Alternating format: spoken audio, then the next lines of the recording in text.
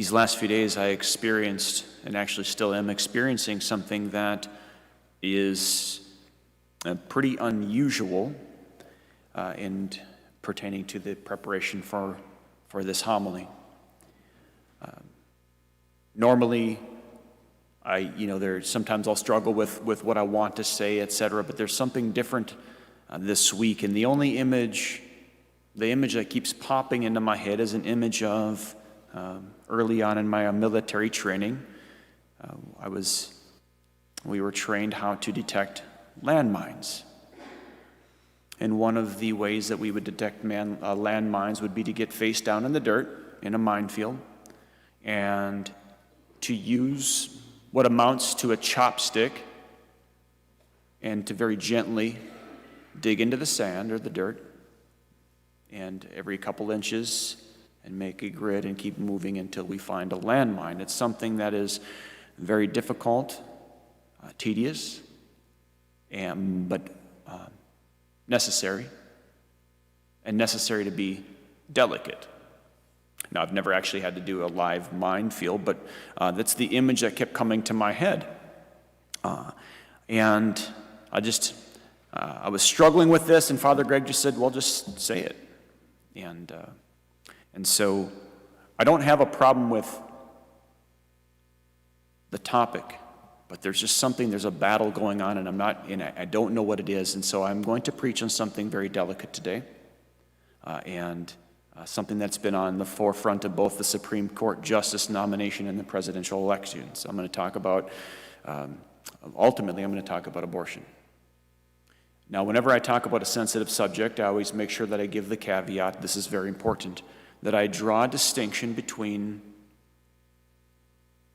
someone who has, in this case, someone who has had an abortion or someone that has helped someone to procure an abortion. I draw a distinction between that situation, because it's handled differently, and the laws or promotion of abortion. There's a distinction. For those that may have had any experience related to an abortion, I just want you to know of the forgiveness and the healing that is available for anybody that has had any experience with that there is the Lord's love and mercy is meant for you to be rained down upon you, men or women. The United States Council of Catholic Bishops, the USCCB, the United States Bishops, have stated that abortion is a preeminent issue. That means it is a top priority. It's a difficult and sensitive subject, but it is super important. It's a preeminent issue because human life is sacred. It's a preeminent issue because every single person is created in the image and likeness of God. And to intentionally destroy that image, to destroy that person, is an attack on the image and likeness of God.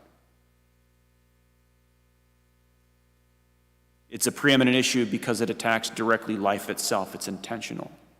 It's the intentional taking of an innocent life. It's a preeminent issue because it's intrinsically evil. What that means is it can never be justified. There's never a case, there's never a reason in order to do it.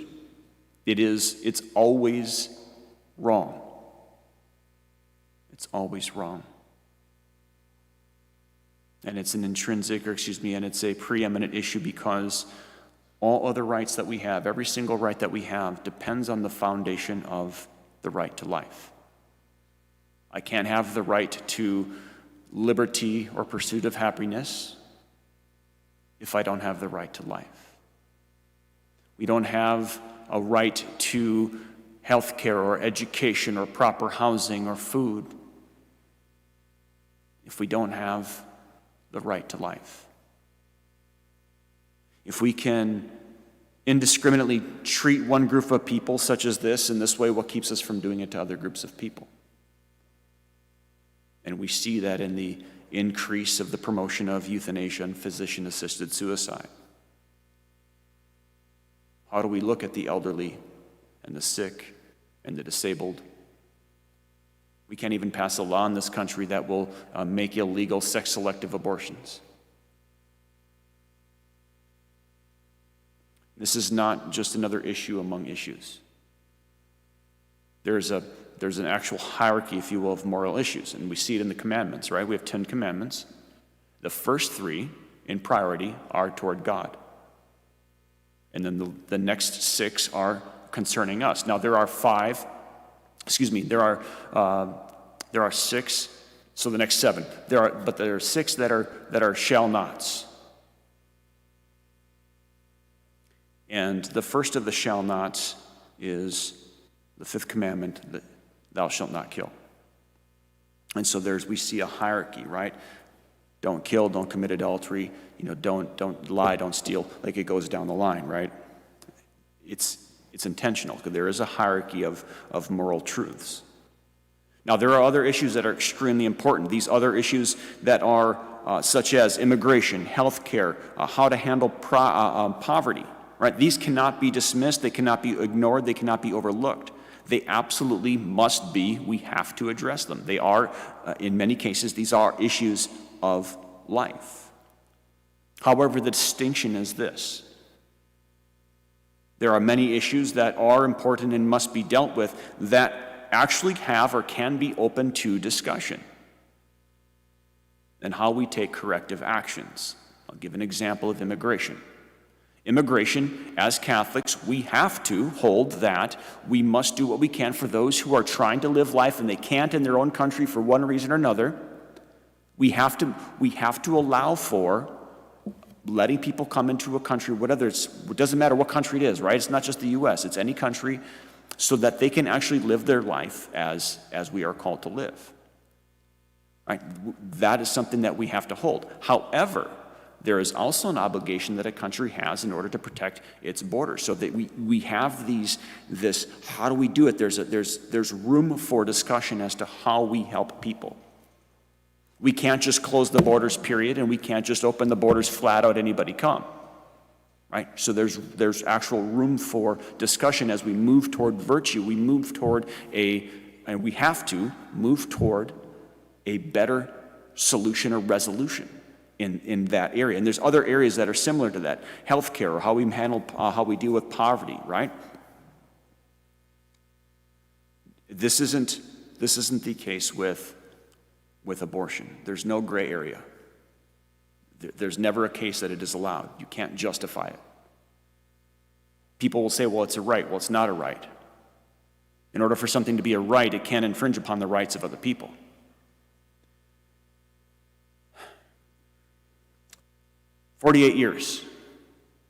Coming on 48 years that this has been allowed by the Supreme Court. It's been legal in the United States. 48 years, 61 million people. Let's put that in perspective. Now, I can't imagine 61 million people. But that average comes to about 3,400 people a day.